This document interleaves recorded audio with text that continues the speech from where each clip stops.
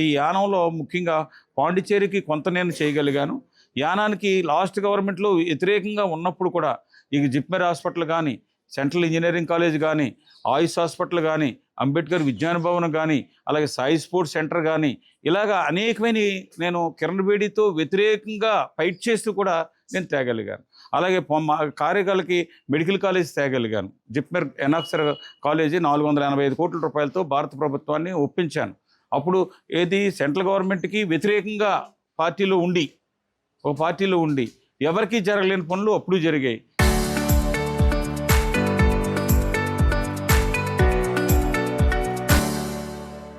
కానీ ఇప్పుడు నేను ఈ యానానికి పాండిచ్చేరికి 5 సంవత్సరాల్లో నేను చేసింది పెద్ద ఏమీ లేదు. ఏదన్నా సీఎం గారు ఈ ఫైలు నువ్వు ఫాలోఅప్ చేయమంటే ఆ ఫాలోఅప్ చేసి చెప్పడమే తప్ప యానం కోసం 50,25,00,000 రూపాయలు Gadkari national highway road approach roads అని చెప్పేసి టోటల్ 100% గ్రాంట్ తీసుకొచ్చాను.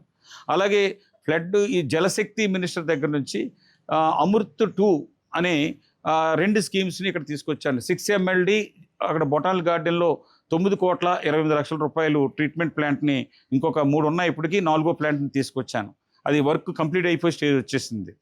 అది కాకుండా ఈ వాటర్ని ఇంటింటికి వాడిన వాటర్ డ్రైన్లో వదలకుండా ప్రతి ఇంటి దగ్గర నుంచి ఒక పైప్ లైన్ వేసి పందుల్లంక ఒక చెరువులోకి ఈ వాటర్ అంతా కూడా అక్కడ స్టాగ్నేట్ చేసి దాన్ని ట్రీట్ చేసి గోదాట్లో వదిలేలాగా 34 కోట్ల రూపాయలు శాంక్షన్ తీసుకొచ్చి వర్క్ ఆర్డర్ ఇచ్చి ఈవేళ భూమి పూజ చేద్దామని అన్నారు. ఆల్రెడీ భూమి పూజ అయిపోయింది, అవసరం లేదని చెప్పేసి వర్క్ చేయమని చెప్పాను.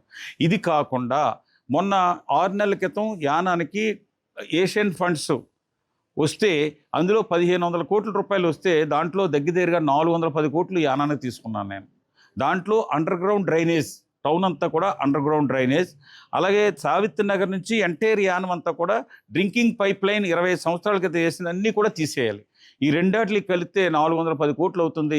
కన్సల్టెంట్ని అపాయింట్ చేసి కన్సల్టెంట్ కలకట్టా కన్సల్టెంట్ వచ్చాడు. అతను జూన్ కల్లా డిపిఆర్ ఇవ్వాలి. డిపిఆర్ ఇస్తే వితిన్ 3 monthsలో శాంక్షన్ ఇది.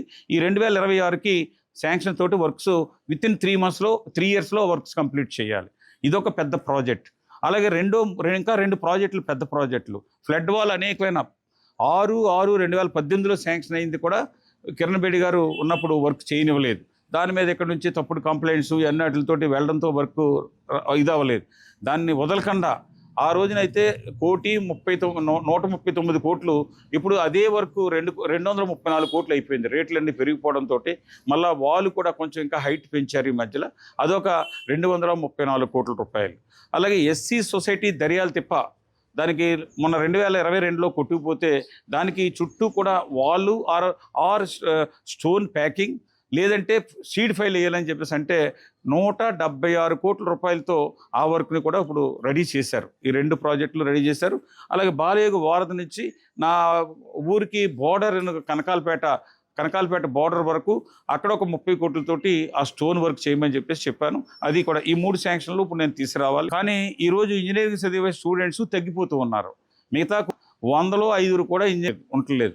దాన్ని ఇంజనీరింగ్ ఆఫ్ చేసి దాన్ని మెడికల్ కాలేజ్ కార్యకాలకు ఎలాగైతే తీసుకొచ్చానో జిప్మెర్కి ఎనెక్సర్ ఇంకొక 50 సీట్లు ఉండేలాగా, ఒరిజినల్గా 200 సీట్లు ఉంటాయి, 200 సీట్లు కాకుండా 50 మెడికల్ సీట్లతో ఉండేలాగా ఆ ఇంజనీరింగ్ కాలేజీని మెడికల్ కాలేజీగా మార్చడానికి ఆల్రెడీ ప్రయత్నం మొదలుపెట్టాను. ఇన్ ప్రిన్సిపల్గా గవర్నమెంట్ ఆఫ్ ఇండియాని ఒప్పించాను.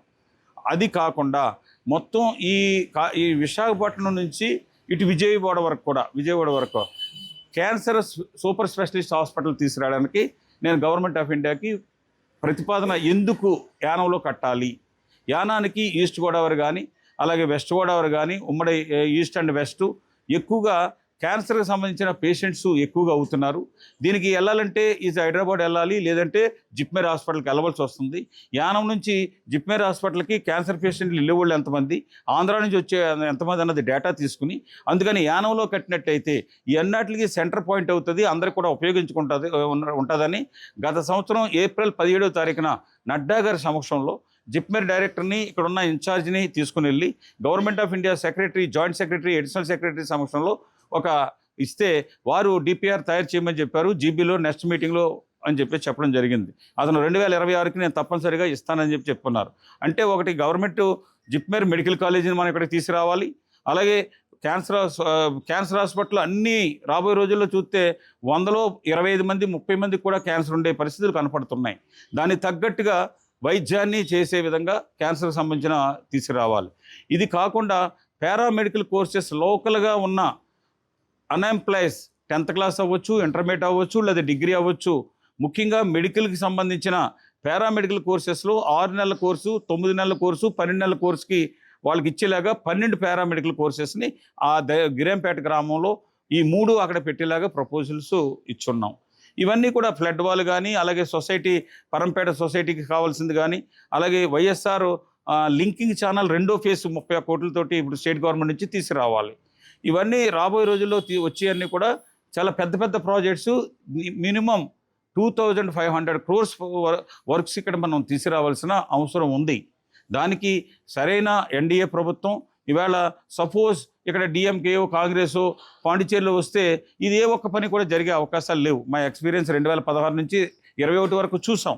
అటువంటి పరిస్థితిలో ఇదే సేమ్ ఎన్డీఏ గవర్నమెంట్ వస్తే సెంట్రల్ గవర్నమెంట్ బీజేపీ సపోర్ట్ తోటి పాండిచేరి యూటీని మనం ముందుకు తీసుకెళ్ళడానికి అవకాశం ఉంటుంది. నిన్నే క్యాబినెట్ అప్రూవల్ చేసి ఆర్డర్స్ ఇష్యూ చేశారు. మన ప్రధానమంత్రి వచ్చినప్పుడు సీఎం గారు మాకు ఐటీ హబ్ కింద చేయడానికి ఒక అతని కాన్స్టిట్యున్సీలో అడిగితే, సీఎం గారు కాన్స్టిట్యున్సీలో అడిగితే నిన్న జీవో ఇచ్చారు.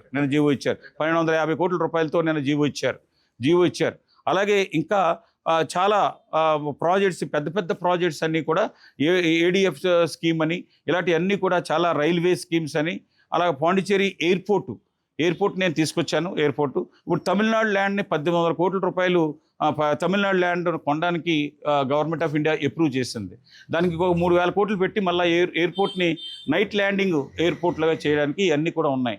అలాగే యానంలో ఇవి కాకుండా ఈరోజు కూడా మీరు చూశారు, ఆంధ్రాలో చంద్రన్ కాలనీ అవ్వచ్చు, జగనన్న కాలనీ అవ్వచ్చు, వారు సైట్లు ఇవ్వడంలో కానీ లేఅవుట్లు కానీ ఎక్సలెంట్గా చేశారు. జగన్ గారు చేసింది ఎక్సలెంటే. దాని తర్వాత ఇప్పుడు మళ్ళీ ఇప్పుడున్న ప్రభుత్వం ముందు చేసింది కొంత, ఇప్పుడు మళ్ళీ చేయాలని అనుకుంటూ ఉన్నారు. ఇంకా ఎక్కువ పెంచి ఏదో సెంటున్నర ఉంటే 2 సెంట్లు ఇవ్వాలనో 3 సెంట్లు ఇవ్వాలనో అనుకుంటూ ఉంది. మీకు అక్కడ ల్యాండ్ ఎక్వైరీ చేయాలన్నా, లేదంటే గవర్నమెంట్ ల్యాండ్ కూడా thousands of acres మీ దగ్గర ఉంటుంది. మా దగ్గర ఒక ఇంచు కూడా లేదు. దానికి ఇప్పుడు నేను ఏం చేశానంటే 5 ప్లేసుల్ని ఐడెంటిఫై చేశాను. 5 ప్లేసులు 46 ఎకరాల నుంచి 192 ఎకరాల వరకు, ఒక్కొక్కటి 80 ఎకరాలు 90 ఎకరాలు అలా ఉంది. దానికి రైతులు ఇమీడియట్గా కోర్టుకు వెళ్ళిపోతారు. ఈవేళ ఉన్న ప్రజెంట్ రేట్ని 30% పెంచి, ఆ 30% పెంచిన తర్వాత డబుల్ ది అమౌంట్. సపోజ్ ఎకరం 50 లక్షలు ఉందనుకో, 30% అంటే 65 లక్షలు అయింది. 65 × 65 1,30,00,000 ఆ విధంగా ఇచ్చి ఈ రైతుల్ని నేను అందరినీ కన్విన్స్ చేసి దాన్ని PM and CM residence garden అని చెప్పేసి దానికి ఒక సెపరేట్గా ఒక 3,000 మందికి ఒకే చోట ఒక కాలనీ తయారు చేయాలన్నది నా ఆశ. దాన్ని ఈ రాబోయే ఈ ఎన్డీఏ ప్రభుత్వం ద్వారాగా సాధించే బాధ్యతని నేను తీసుకుంటాను. అలాగే 2 ఇప్పుడు ఐటీ ఇండస్ట్రీస్ అయినా ఏదైనా పొల్యూషన్ కానీ ఇండస్ట్రీస్ని ఇక్కడ తీసుకురావడానికి ఎంప్లాయ్మెంటు, అలాగే దానికి జాబ్ మేళాని, సెంట్రల్ కోచింగ్ ఇప్పించడం అనేది 2వది అన్ఎంప్లాయ్మెంట్కి. 3 హాస్పిటల్, ఇప్పుడు జిప్మెర్ హాస్పిటల్ ట్రయల్ బేసిస్లో 2 years అయింది. ఇంకొక దగ్గరగా ఇంకొక 6 months అయితే ఇప్పుడు స్పెషలిస్టులు డాక్టర్లు ఒక 70% జాయిన్ అయ్యారు. నర్సెస్ అంతా కూడా 70% జాయిన్ అయ్యారు. మళ్ళీ రిక్రూట్మెంట్ ఇప్పుడు వేశారు. ఇది అయ్యి ఒక 6 నెలల్లో జిప్మెర్ని ఫుల్ ప్లెడ్జ్డ్గా తెచ్చినప్పుడు, అలాగే మన జీహెచ్ని కూడా ఇంకా తెచ్చి, ముందు నేను హెల్త్ మినిస్టర్గా ఉండగా సీఎం రిలీఫ్ సొసైటీ అని చెప్పేసి ఒక స్కీమ్ ఉంది. ఆ స్కీమ్లో ఇక్కడ నుంచి రిఫర్ చేస్తే ప్రైవేట్ కార్పొరేట్ హాస్పిటల్లో ఇమీడియట్గా వైద్యం చేసేవారు. కానీ ఇప్పుడు ఆయుష్మాన్ భారత్లో అది ఆఫ్ చేసి, ఆయుష్మాన్ భారత్ రావడం వల్ల ఆ రేట్లు గిట్టుబాటు అవ్వకపోవడం వల్ల ఎవరు కూడా దాన్ని చాలా వరకు ఎవరు కూడా చేయట్లేదు. ప్రజలు ఉన్న ఆస్తిని తనఖా పెట్టుకునో అమ్ముకునో వైద్యం చేయించుకునే పరిస్థితి వచ్చింది. రాబోయే వితిన్ 1 yearలో ఏ ఒక్కరు కూడా ₹1 ఖర్చు పెట్టకుండా చేయాలన్నది ఆ పట్టుదలతోటి ఉన్నాను. ఇలాగా ఒక ఎడ్యుకేషన్, ఒక హెల్త్, అలాగే ఒక ఎంప్లాయ్మెంటు, ఒక రెసిడెన్షియల్గా ఉన్న ప్రాబ్లమ్ని, ఈ 4 ప్రాబ్లమ్స్ మీదే నా దృష్టి అంతా ఉంటుంది. రాబోయే రోజుల్లో ఇవాళ సీఎం గారు అన్నారు, మల్లాడి కృష్ణారావుకి ఎమ్మెల్యే పదవి కానీ మంత్రి పదవి కానీ ఆఫ్టర్లే అతనికి పిలిచి అతను మినిస్టర్గా కూర్చోబెట్టే పరిస్థితే అని చెప్పేసి అన్నారు. రేపు కానీ నేను నాకు అధికారంలో కానీ ఉండుంటే, రాబోయే రోజుల్లో నువ్వు ఎమ్మెల్యే పదవి ఉన్నావు, నీకు మంత్రి పదవి కావాలా, లేకపోతే 4 పనులు కావాలంటే 4 పనులు కావాలంటాను నేను. మల్లాడి కృష్ణారావు ఇక్కడ లేకపోతే మీరు కొనగలుగుతారు. మల్లాడి కృష్ణారావు ఉంటే ఆ అప్పులు మీరు ఒక్కడైనా, ఇద్దరైనా, ముగ్గురైనా, ఎవరైనా సరే. మీరు చాలామంది మా లీడర్స్ కూడా వాళ్ళు ముగ్గురుగా ఉంటే బాగుంటుందని అన్నారు. ముగ్గురుగా ఉంటేనే ఎలక్షన్ కొంచెం టఫ్ అవుతుంది. ఎందుకనంటే మనకు ఉన్న ఓట్ని వాళ్ళు స్విచ్ చేసుకెళ్తారు. సింగిల్ ఫైట్లోనే ఎలక్షన్ చాలా ఈజీగా ఉంటుంది. ఎందుకంటే ఈ మనిషి కావాలా, ఆ మనిషి కావాలా అన్నట్టు ఉంటుంది. ఆ మనిషి అయితే మాకు దేవుడి సాక్షిగా అశోక్ ఎమ్మెల్యేగా పోటీ చేయాలని కోరుకుంటున్నాం. దయచేసి అందరూ కూడా మీరు ఏమైనా కాంప్రమైజ్ అయితే అశోక్ ఇచ్చేయండి అపోజిషన్ సైడ్లో. అతని మీద మేము పోటీ చేస్తే ఏ విధంగా ఉంటుంది అన్నది మేము చూపిస్తాం. ఎందుకు చేసి గెలిస్తే అంత థ్రిల్గా ఉండదు. అతని మీద గెలవాలి, చిత్తుగా ఓడించాలి, సింగిల్గా ఉన్న దాని మీద గెలవాలి. తప్పలేదు. పచ్చేతులతో గొడవలు పెట్టుకోవడము, లేకపోతే మటలు చేయించడాలు అలాంటివి ఉంటే పర్లేదు. ఎలక్షన్లో ఇది మాటకి మాట సవాళ్ళటియే. అంతేగాని దానికి ఏదో బద్ధ శత్రువులు కాదు. రాజకీయంగా శత్రుత్వమే తప్ప పర్సనల్ శత్రుత్వం అన్నది కాదు. అలాగే ఎన్డీఏ గవర్నమెంట్లో ఇవాళ రంగస్వామి గారు మెయిన్ క్యాండిడేట్. అతనే సీఎం అని అనౌన్స్ చేయబోతుంది. Major partner. అలాగే 4 సార్లు సీఎం చేసిన వారు మళ్ళీ 5వ సారి ఎలక్షన్కి వెళ్తున్నారు. అంత సీనియారిటీ ఉన్నప్పుడు వారి మాటని కాదని చెప్పేసి పైన పార్టీస్ కూడా వెళ్తుందని నేను అనుకుంటలేదు. నాకు పర్సనల్గా కానీ, అలాగే ఈ ఊరికి కానీ, ఎన్ఆర్ కాంగ్రెస్ ముఖ్యమంత్రిగా అతను చాలా చేశాడు. అలాగే ఎన్డీఏలో కూడా నేను చాలా పనులు, కాంగ్రెస్లో మినిస్టర్గా ఉండగా నేను అప్పుడు కూడా మీరు పాత స్టేట్మెంట్ చూసుకోండి. మోడీ గారిని కానీ, ఆ కన్సర్న్ మినిస్టర్ని కానీ అభినందనలు చెప్తుండేవాడిని. ఎందుకంటే ఇవన్నీ కూడా శాంక్షన్లు ఎందులో వచ్చాయి? జిప్మేర్ హాస్పిటల్ ఎందులో వచ్చింది? బీజేపీ గవర్నమెంట్లో వచ్చింది. నేను కాంగ్రెస్ మంత్రిగా ఉన్నాను, బీజేపీ గవర్నమెంట్లో వచ్చింది. అలాగే ఇక్కడ చూస్తే సాయి స్పోర్ట్స్ సెంటర్ కూడా అక్కడే వచ్చింది. 2018, 19, 20లో కదా. 2014 నుంచి వాళ్ళే ఉన్నారు కదా. ఇక్కడ ఎవరో తెలియక చిన్న బచ్చగాళ్ళు మా కాంగ్రెస్ ప్రభుత్వం అంటున్నారు. అరే, చేసేవాడు దమ్మున్నవాడు ఉండాలి, చచ్చోడు కాదు. అది ఏ పార్టీ అయినా సరే. ఇక్కడ ఉంటే ముఖ్యమంత్రి, పాండిచేరిలో ఉండే ముఖ్యమంత్రికి యానానికి ఏం కావాలి, యానం ప్రజలకు ఏం కావాలన్నది అంత ఆలోచన ఉండదు. ఇక్కడ ఉన్నవాడు సరైనవాడు ఉండాలి, ప్రజల గురించి ఆలోచన అయినవాడు ఉండాలి, దాని మీద అనుభవమైన ఉండాలి, నిజాయితీపరుడు అయి ఉండాలి, ప్రజలు కష్టపడి పనిచేయాలి. అక్కడ ఉంటే సెంట్రల్ కానీ, స్టేట్ కానీ మనం చెప్పేదానికి పరికి తలొగ్గే పరిస్థితి వస్తుంది. అంతే తప్ప పార్టీల మీద నాకు పార్టీలు కొంతవరకును, ప్రజలకి ఏం కావాలన్నది మనం చూడాలి. ఈ 5 సంవత్సరాల్లో నా పనే తప్ప అతని దగ్గర నుంచి పని ఏమీ లేదు. అతను పాండిచేరిలో ఉన్నది తక్కువే. పాండిచేరిలో అసెంబ్లీలో మాట్లాడింది చాలా తక్కువ. ఎవర్రా బాగా తక్కువ మాట్లాడారంటే దాంట్లో అవార్డు ఇవ్వచ్చు. అతను మాట్లాడిన దానికి కంటిన్యూషన్ ఉందంటే దానికి లేదు. అందుకని మేము అశోక్ని ఒక ప్రత్యర్థిగా కానీ, మాకు పోటీ ఇస్తాడని కానీ, ఎన్ని కోట్లు ఖర్చు పెట్టినా కానీ, ఓటుకు 15,000 ఇస్తాను, 20,000 ఇస్తానని చెప్తున్నాడు. అతను ఎంత ఫూలిష్నెస్ అంటే, ఇక్కడ ఒక ఎలక్షన్ నడిపే ఆఫీసర్ దగ్గరికి వచ్చి, సార్ నాకు ఇప్పుడు ఏమీ లేదండి, కానీ నేను డబ్బుతోటి పట్టిపోతానండి, ఓటుకి 15, 20 అతను పట్టుకోనకు వచ్చిన ఆఫీసర్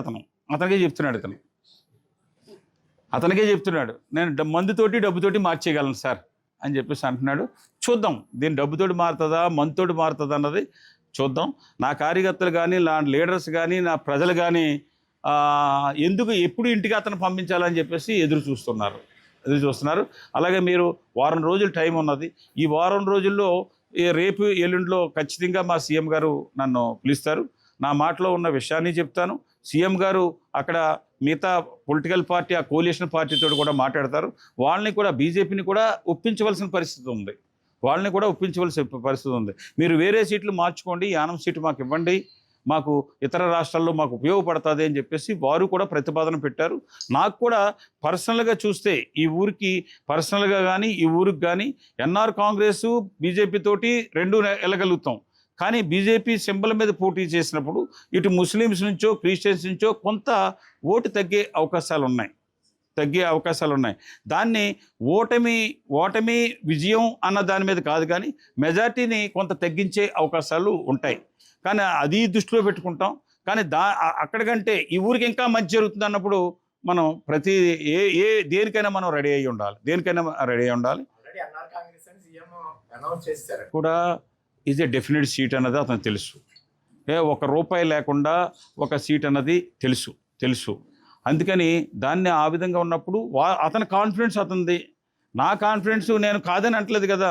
ఎన్డీఏ తోటే మేము ఉంటామని చెప్తున్నాను, ఎన్డీఏ తోటే ఉంటామంటున్నాను. బీజేపీయా లేదంటే ఎన్ఆర్ కాంగ్రెస్ అన్నది ఈ రెండాటితోటే మేము ఉంటామంటున్నాను. రెండాట్లు కలయికతోటే ఈ ఊరిని ముందుకు తీసుకెళ్ళగలుగుతాను. రేపు ఎల్లుండిలో కల్లా ఎన్ఆర్ కాంగ్రెస్, ఏడీఎంకే అండ్ బీజేపీ కూర్చుంటుంది కాబట్టి ఈ సీట్ల విషయంలో, ఎందుకంటే మనం అనేకమైన సార్లు చూసాం, బీఫామ్ ఇచ్చిన తర్వాత, నామినేషన్ వేసిన తర్వాత ఒక అరగంట ముందు కూడా బీఫార్లు మార్చుకున్న రోజులు చాలా మనం చూస్తూ ఉన్నాం. చాలా మాకు అవసరం అనుకున్నప్పుడు ఆ మార్పులు కూడా ఉంటాయి. కానీ 100% మల్లాడి కృష్ణారావును దాటి ఇటు ఎన్డీఏ పార్టీలో బీజేపీ అయినా ఎన్ఆర్ కాంగ్రెస్ అయినా ఒక్క ఇంచు కూడా దాటి వెళ్దన్నది నాకు తెలుసు. యానం నుంచి యానరావుకి మనసులో ఏది ఉంటుందో, యానం ప్రజలు ఏ విధంగా ఉంటుందో అదే ఉంటుంది తప్ప ఇలాంటి అశోకులు గిశోకులు వస్తే అది జరిగేది కాదు. ఫ్లూక్లో వన్ టైం వీళ్ళందరూ వన్ టైం వచ్చారు, మళ్ళీ వన్ టైంతో ఫినిష్. ఏమో నేను ఎమ్మెల్యే అవుతాను అనుకోలేదు, మంత్రి అవుతాను అనుకోలేదు, ఏమో అనుకోలేదు. దేవుడు ఏం రాసి పెట్టున్నాడో తెలియదు. కానీ నా మనసులో ఉన్నది ఏదో ఒకసారి మాత్రం పార్లమెంట్లో ఉండాలి. యానం సమస్యకు సంబంధించింది కూడా పార్లమెంట్లో ఉండే ఇష్యూ కూడా యానం ఉంది. అసెంబ్లీ నుంచి రాజ్యసభకి వెళ్ళవలసిన అవసరం ఉందా?